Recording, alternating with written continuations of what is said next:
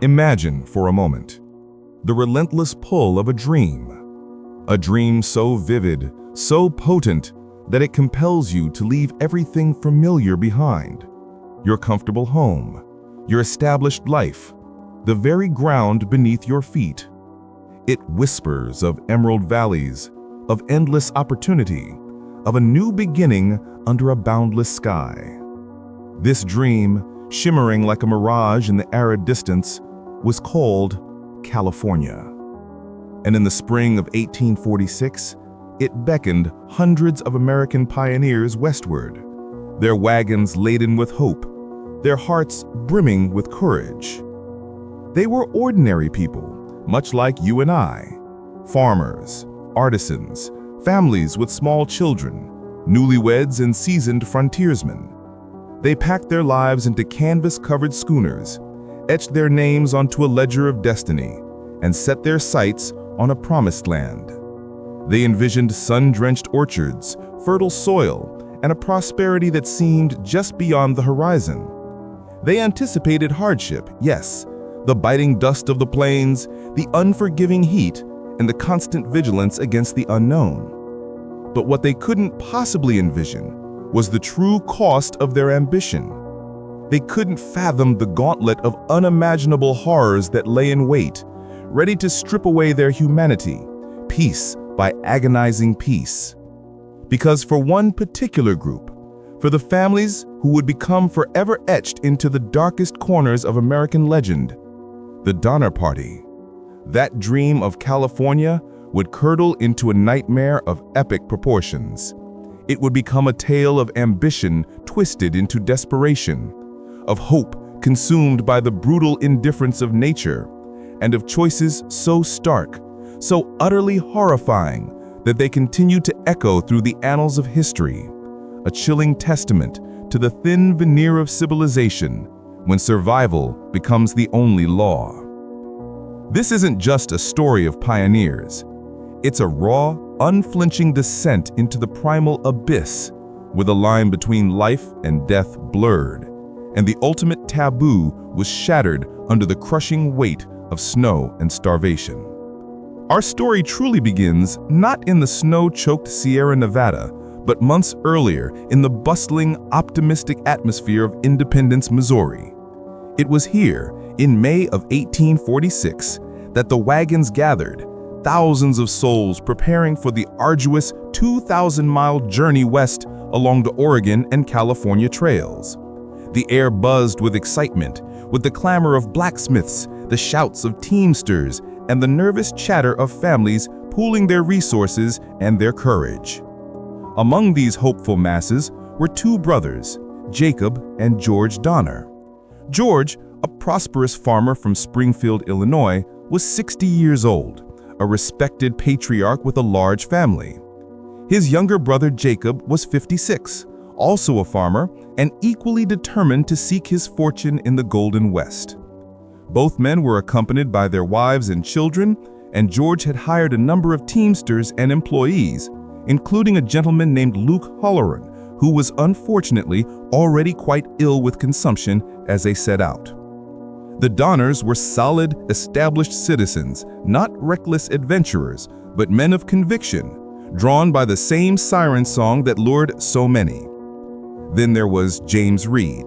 He was a wealthy merchant, also from Springfield, Illinois, a man of considerable means and even more considerable pride. Reed was 45, intelligent, ambitious, and accustomed to a certain level of comfort.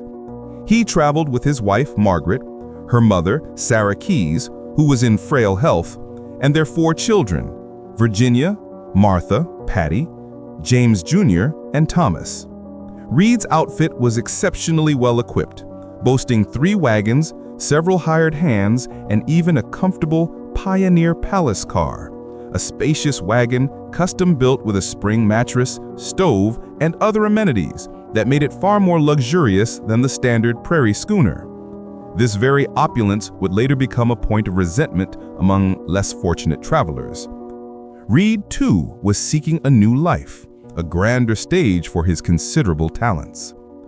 These families, along with others who would join them, were initially part of a much larger wagon train led by Colonel William H. Russell. Russell was an experienced guide, and his larger group offered a sense of security and established order. The early weeks of the journey were, by all accounts, typical for a westward migration. The days were long and dusty, the evenings filled with campfires, storytelling, and the communal bonds that naturally formed among those sharing a common, daunting purpose. They crossed the Kansas prairies, forded rivers, and pushed steadily onward, a ribbon of humanity inching across the vast American landscape. However, a subtle undercurrent of dissent began to stir. James Reed, with his assertive personality and perhaps a touch of impatience, found Colonel Russell's leadership too slow, too cautious. Reed was a man of action, eager to reach California, and he soon became captivated by a new, supposedly faster route that was being heavily promoted at the time. This alternative was called Hastings Cutoff. Lansford Hastings was a self-proclaimed expert on the West, a charismatic but ultimately reckless lawyer and adventurer who had published The Emigrant's Guide to Oregon and California. In this guide, he touted a shortcut that would supposedly shave hundreds of miles off the journey to California. Instead of following the established trail north to Fort Hall and then turning south, Hastings claimed emigrants could veer southwest from Fort Bridger, across the Wasatch Mountains, and then traverse the Great Salt Lake Desert, emerging directly into the Humboldt River Valley in Nevada. It sounded incredibly appealing: shorter, faster, a bypass of well-worn paths.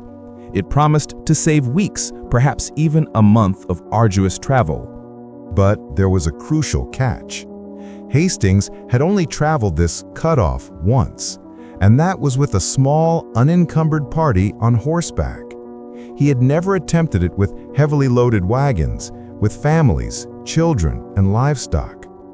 Furthermore, his glowing descriptions conveniently omitted the brutal realities of the terrain: the near impassable mountains, the vast, waterless desert, and the sheer, unyielding remoteness of it all. By late May, several companies had already decided to take Hastings' advice. The Donners and Reeds, still with Russell's main party, debated the merits of the shortcut. Many experienced frontiersmen, including the renowned mountain man Jim Bridger, who ran Fort Bridger, advised against it, warning of its dangers and unknown difficulties.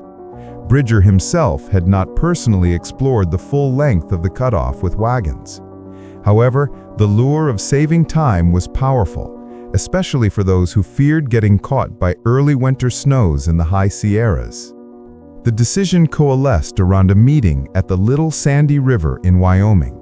Here, a significant number of wagons, including those of the Donners, Reeds, and several other families like the Breens, the Eddies, and the Murphys, chose to break away from Russell's more cautious party. They elected George Donner as their captain, a decision that, in hindsight, sealed their tragic fate. Their combined company, numbering around 87 men, women, and children, with roughly 20 dozen wagons, would forever be known as the Donner Party. Among the families who joined this fateful decision were Patrick Breen, an Irish immigrant farmer, his wife Margaret, and their 7 children. They were a hard-working and devout Catholic family, their faith a strong foundation in their lives. Then there was William Eddy, a skilled hunter and carpenter, with his wife Eleanor and their 2 young children. Eddy was a resourceful man whose pragmatic skills would become invaluable and later agonizingly tested. The Murphy family, led by the widowed Lavinia Murphy, traveled with her grown children and grandchildren, adding to the number of vulnerable young ones. Another significant family was the Kiesebergs: Louis, a German immigrant, his pregnant wife Philippine, and their small daughter. Louis Kieseberg was a man whose personality was already marked by a certain isolation and perceived selfishness, traits that would become magnified under extreme duress. On July 20th, 1446, they turned south from the main trail at Fort Bridger. They were confident, perhaps even a little smug, that they were embarking on a journey that would see them reach California weeks ahead of everyone else. They believed they were smart, choosing innovation over tradition. They believed Lansford Hastings. They were about to pay an unimaginable price for that belief. The first hint that Hastings' promises were hollow came almost immediately. Instead of finding a clear, easy path, they encountered dense sagebrush, deep ravines, and increasingly rugged terrain. The wagons had to be constantly unhitched, lowered by ropes down steep inclines, and then pulled back up the opposite side. The pace slowed to a crawl. What was supposed to be a shortcut was proving to be a colossal waste of time and effort. They sent an advance party ahead, including James Reed, to find Hastings himself, who was reportedly leading another group of emigrants just ahead of them. When Reed finally caught up, Hastings gave him a set of instructions: turn north and make your own road. He also suggested that the donor party wait for him, as he would guide them through the most difficult part, the canyon. Reed returned with the message, but after waiting a day, the Donners and Reeds grew impatient. They decided to follow Hastings' vague advice and forge their own path, pushing directly into the Wasatch Mountains, convinced they could make better time. This decision, to not wait for Hastings' promised guidance and instead to attempt to cut their own road through unfamiliar mountainous terrain, was another fatal misstep. The mountains were a brutal obstacle course. They spent 4.5 days hacking their way through dense undergrowth, felling trees, and clearing a path for their wagons in what would become known as Emigration Canyon. A journey that should have taken a day or two stretched into a week. Exhaustion set in, oxen strained, equipment broke, and precious supplies dwindled. By the time they emerged from the Wasatch Range, battered and demoralized, it was already August. They had lost valuable time, conserved no energy, and were still far from the fertile lands Hastings had advertised. But the worst was to come. Beyond the Wasatch Mountains lay the shimmering, desolate expanse of the Great Salt Lake Desert. Before entering the desert, they paused at a spring, a vital oasis. Here they found a note from Hastings advising them of a dry drive of 40 miles. 40 miles without water for their animals and themselves. This was alarming. Hastings had originally described a 2-day journey across a relatively easy plain. Now, 40 miles of desert, perhaps more, loomed. Despite their growing unease, and having already committed to this route, they felt they had no choice but to proceed. Turning back was unthinkable. The effort of clearing the Wasatch was too recent and painful. On August 30th, 1846, the Donner Party committed itself to the Great Salt Lake Desert. They attempted to cross it in a single push, believing this was their best chance to reach water. They filled every available container with water, enough, they hoped, for their arduous journey. The sun beat down mercilessly, transforming the vast, cracked playa into a shimmering, oven-like landscape. The ground, a blinding white salt flat, reflected the heat, creating an unbearable inferno. The 40 miles Hastings mentioned quickly stretched into 50, then 60, then even more. It was a terrifying, endless expanse of nothingness. The fine, alkaline dust, kicked up by the slow-moving oxen, coated everything, caking their mouths, burning their eyes, and settling into their lungs. The heat was suffocating during the day, and while the nights offered a brief reprieve from the sun, the desperate need for water remained. The oxen, driven beyond their limits, began to falter. They bellowed with thirst, their tongues swollen, their eyes wild with desperation. One by one, they started to collapse. Some broke free from their yokes, stampeding blindly into the vastness, seeking water that wasn't there. Wagons became hopelessly mired in the soft, salty earth. Desperate measures were taken. Precious water was given to the children, while adults and animals suffered. During this harrowing crossing, the cohesion of the party began to fracture. They were forced to abandon wagons, leaving behind cherished possessions, furniture, clothing, even parts of their food supply to lighten the load and allow the remaining oxen to pull on. The Reed family, with their heavy, luxurious Pioneer Palace car, suffered particularly badly. Their oxen either died or wandered off.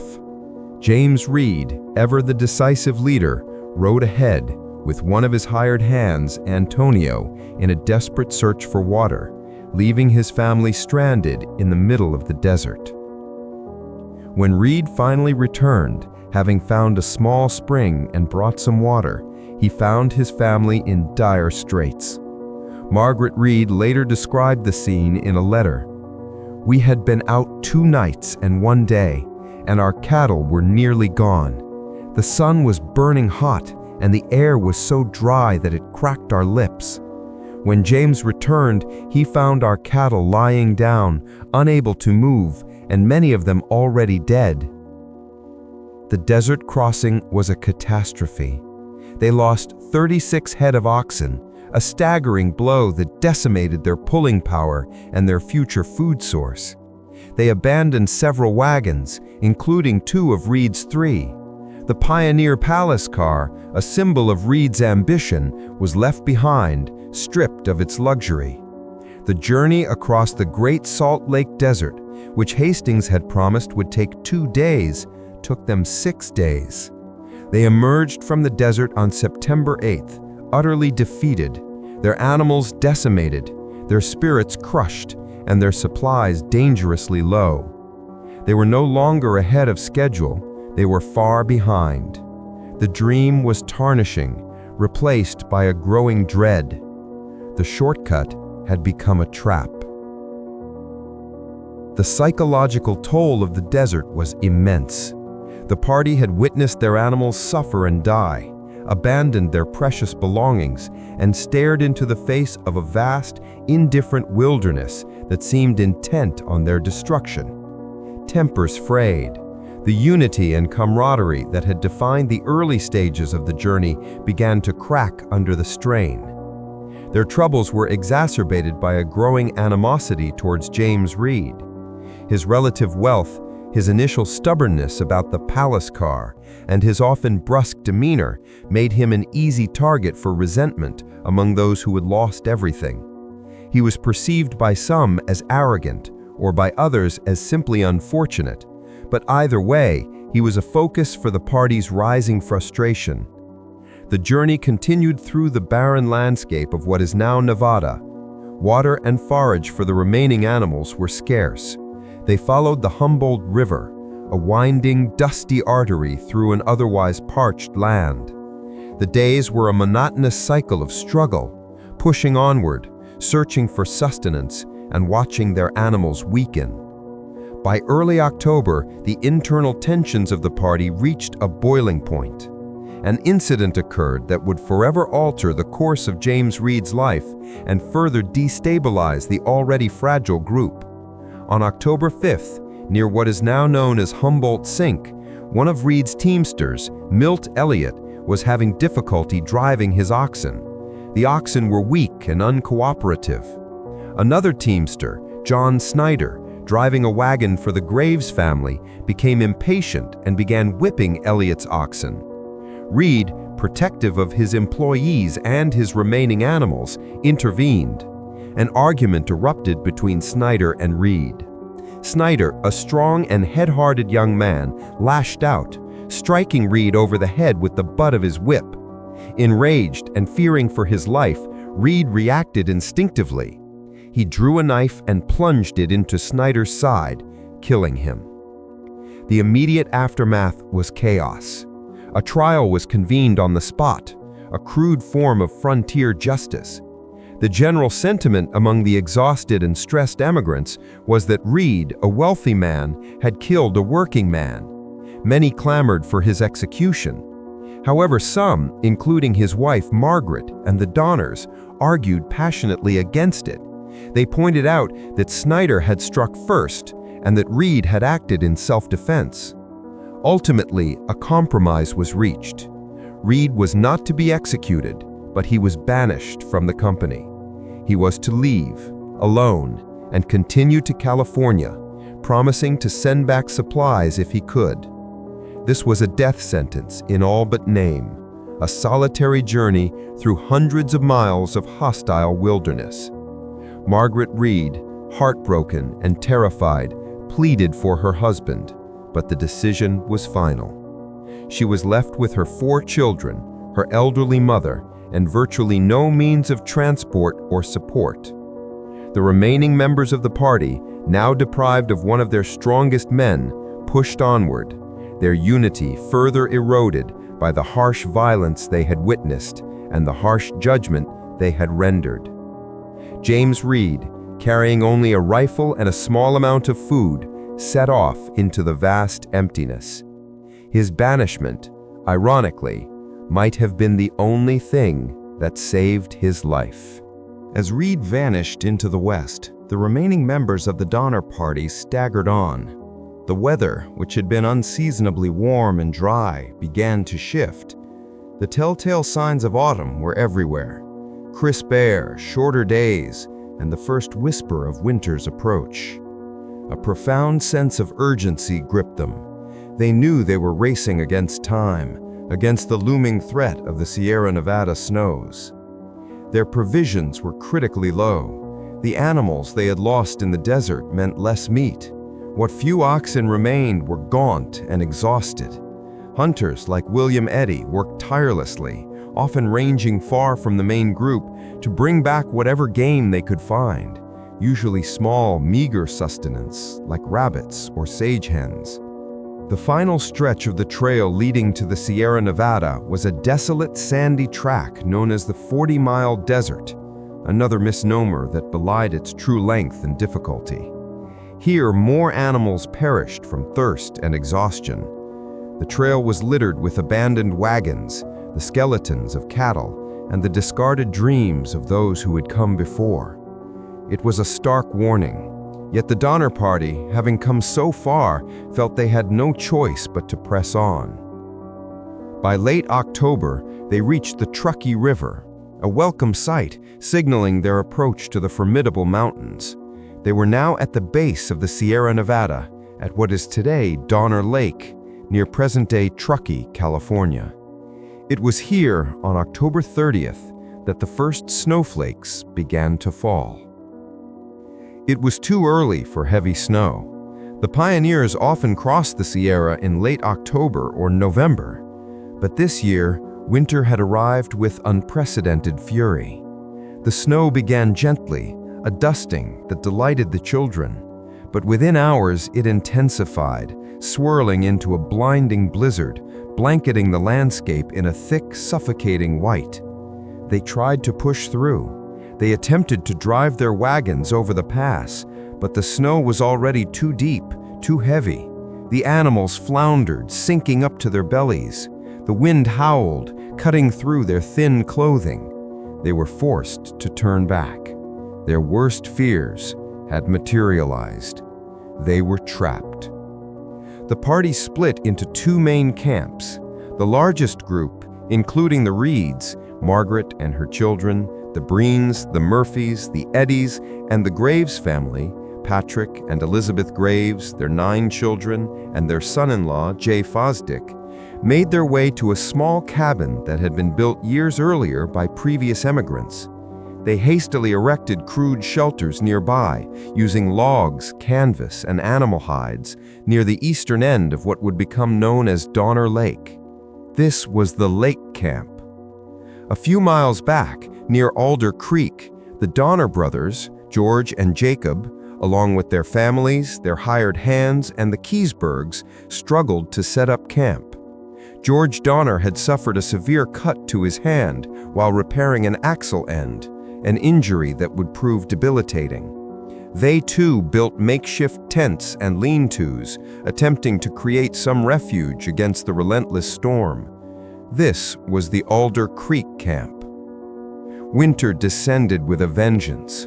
More than 5 feet of snow fell in the first few days, effectively burying their hopes and isolating them from the world. The pass, just a few miles above them, became an insurmountable wall of white. They were caught, prisoners of the mountains, with dwindling supplies and no prospect of immediate rescue. At Lake Camp, the conditions were appalling. The single existing cabin was small and quickly overcrowded. The other shelters were flimsy, offering little protection against the biting wind and the constant cold. Inside, the air was thick with smoke from damp fires and the smell of unwashed bodies, sickness, and despair. There were 60 people at Lake Camp, including 20 children under the age of 12. At Alder Creek, the situation was equally dire for the 21 people, including George Donner with his infected hand. Both camps were quickly engulfed by the snow, which continued to fall for days, then weeks, building up to astonishing depths. Their initial food supplies rapidly vanished. The few remaining oxen were slaughtered, their meat providing a temporary reprieve. But as the weeks turned to months and the snow piled higher, reaching heights of 10 to 20 feet, even the oxen carcasses were buried and inaccessible. Starvation began its slow, agonizing grip. The first to succumb were the weak, the elderly, and the very young. Sarah Kays, Margaret Reed's mother, who had been ill for months, died shortly after they were snowed in. Then came the children, their small bodies unable to withstand the cold and hunger. Luke Holleran, who had been sick since the start, also died. The death toll slowly, inexorably began to climb. To survive, they resorted to desperate measures. They ate the hides of the slaughtered oxen, boiling them into a foul-smelling glue-like substance that offered little nutrition but filled their stomachs with something. They gnawed on bones, tried to extract nutrients from twigs and bark. Anything that could be remotely considered food was consumed. The psychological pressure was immense. Confined in cramped, freezing quarters, with death an ever-present specter, sanity began to fray. Illnesses like dysentery and pneumonia swept through the camps, weakening already starving bodies. The children cried constantly from hunger and cold. The adults, their faces gaunt, their eyes hollow, watched their loved ones fade away. By mid-December, realizing that no rescue was coming, a desperate plan was formed.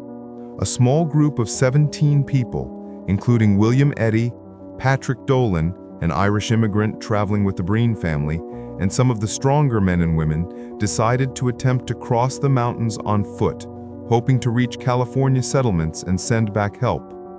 This group would become known as the Forlorn Hope. They fashioned crude snowshoes from oxbows and strips of hide. They packed what little food they had, a few strips of dried beef, some parched coffee. On December 16, 1846, they set out into the blinding white wilderness, their faces etched with grim determination. They left behind their families, including many small children, knowing that their success was the only chance for anyone to survive. The journey of the Forlorn Hope was a testament to the sheer, unyielding will to survive, even as it descended into the darkest chapters of human experience. The snow was incredibly deep, sometimes over 20 feet, making every step an exhausting battle. Their makeshift snowshoes constantly broke, and they sank into the drifts with every stride. The cold was unbearable, freezing their hands and feet, turning their lips blue. Their meager food supply quickly ran out. After just a few days, starvation began to set in. One by one, members of the group weakened and died from exposure, exhaustion, and hunger. Patrick Dolan was the first to succumb, collapsing in a snowdrift. Then came Antonio, one of Reed's hired hands, and others. Each death was a brutal blow, yet the survivors knew they had to continue, driven by the thought of their loved ones back at the camps. On December 24th, Christmas Eve, a horrific blizzard struck. They were completely disoriented, unable to move. Huddled together in a shallow pit dug in the snow, Shivering violently, they knew they were facing imminent death. That night, 2 more men died. When Christmas Day dawned, the survivors were faced with a truly unbearable reality. They had been without food for days. The bodies of their companions lay frozen in the snow around them. It was then that the unspeakable choice was made. To survive, they would have to consume the flesh of the dead. This act of cannibalism, born of unimaginable desperation, was not taken lightly. It was a shattering of the deepest human taboos, a crossing of a line that once seemed absolute. Some, like William Eddy, initially refused, turning away in horror. But the gnawing pangs of hunger, the knowledge that their own lives and the lives of those they desperately needed to save depended on it, eventually compelled them. They butchered the bodies, carefully drying the flesh over small fires from pine branches.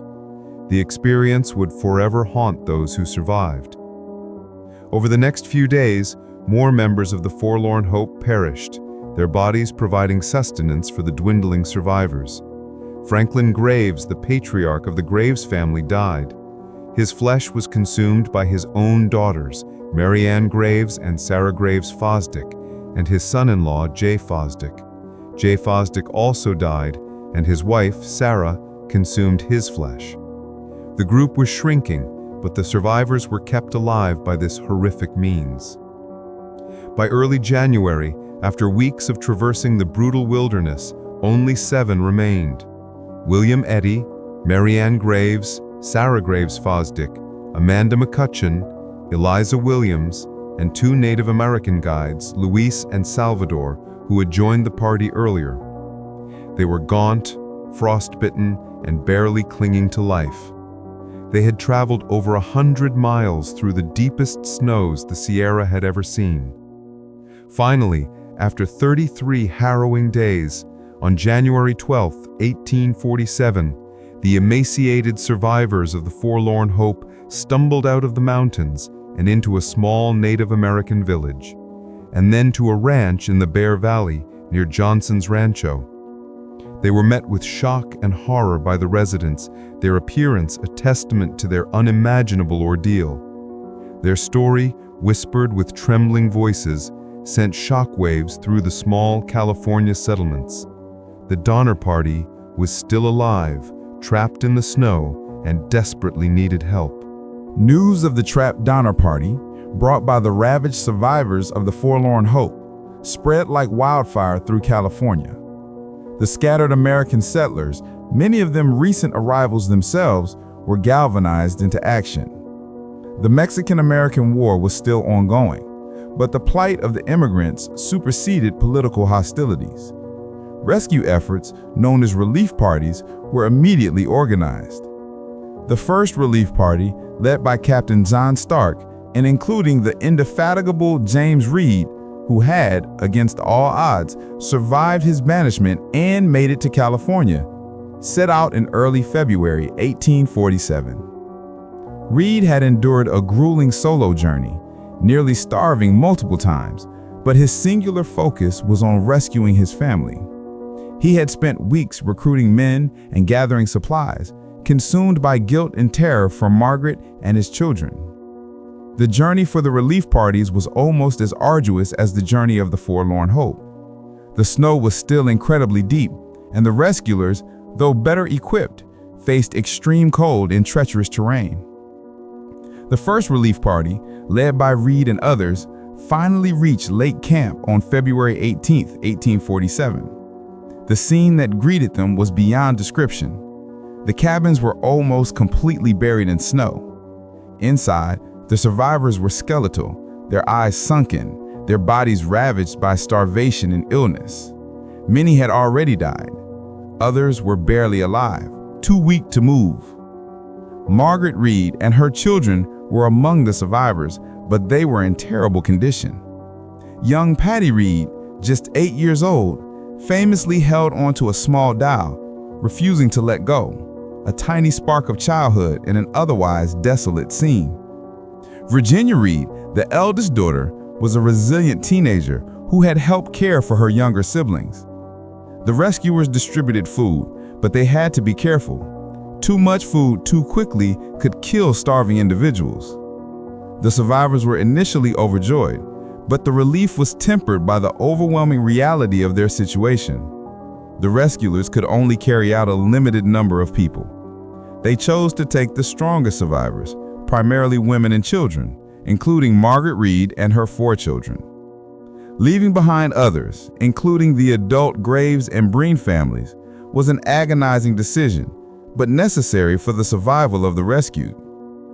Patrick Breen, who kept a poignant diary during the ordeal, recorded the departure with a chilling stoicism, still holding on to hope for his own rescue. The journey back was fraught with peril. A severe blizzard struck, forcing the rescue party and the rescued to huddle in a makeshift camp for days. Several of the rescued, weakened by their ordeal, died during the return trip, including members of the Graves and Breen families. The rescuers themselves struggled against the elements.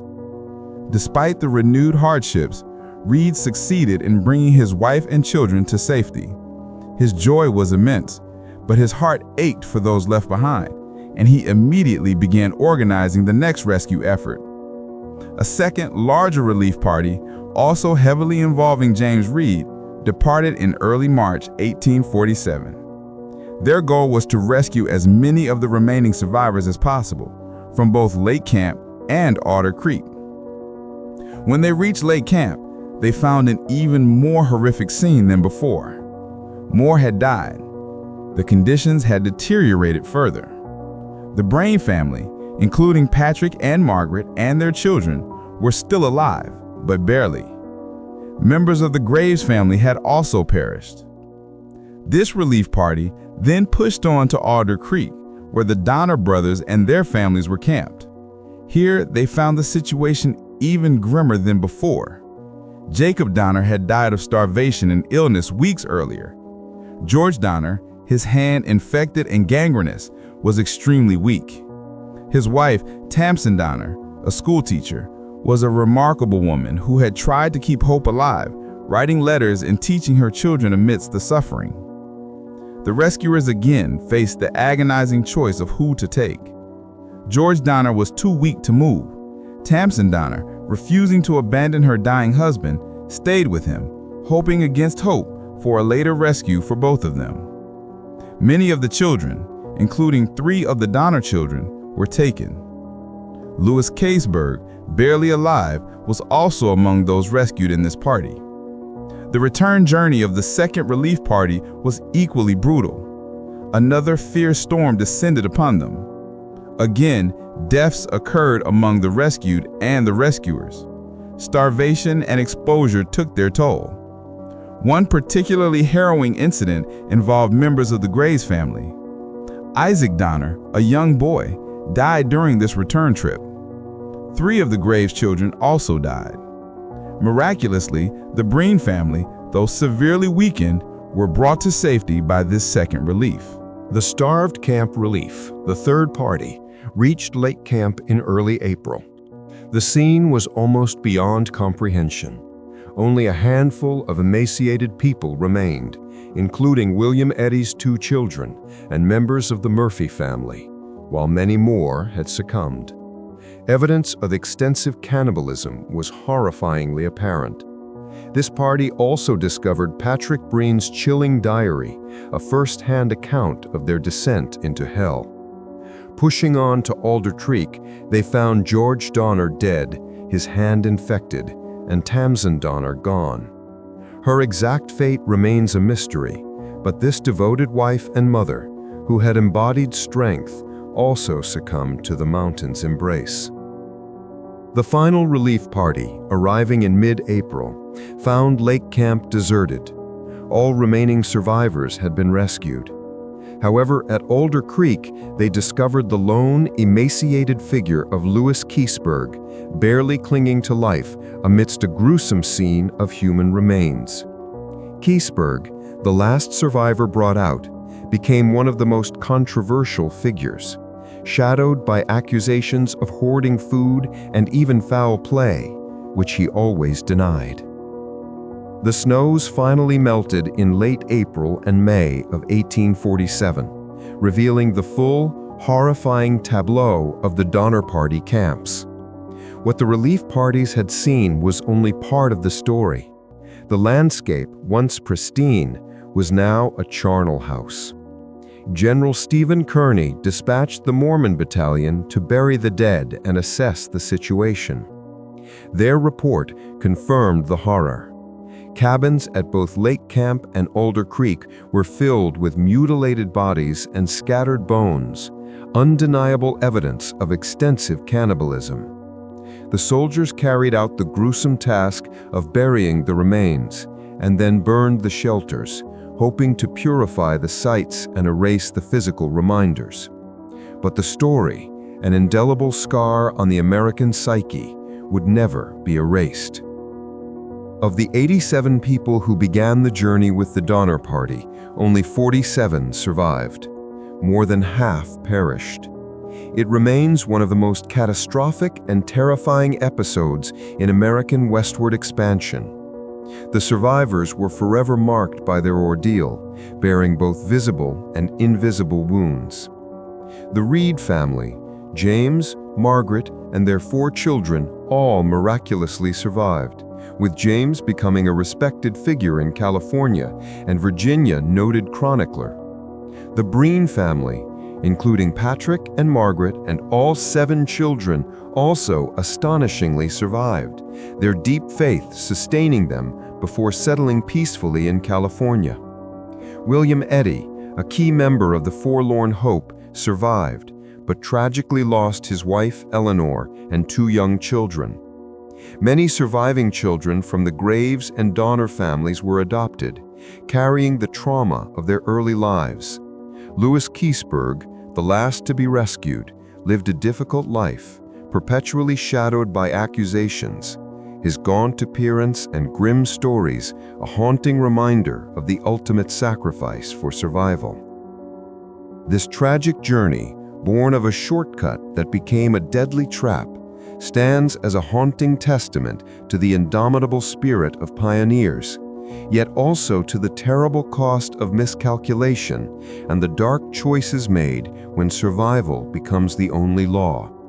It reminds us that while the dream of a better life can propel us to extraordinary feats, it can also lead us down paths where the very essence of humanity is tested, leaving an echo of horror that resonates through time, a permanent shadow on the American West.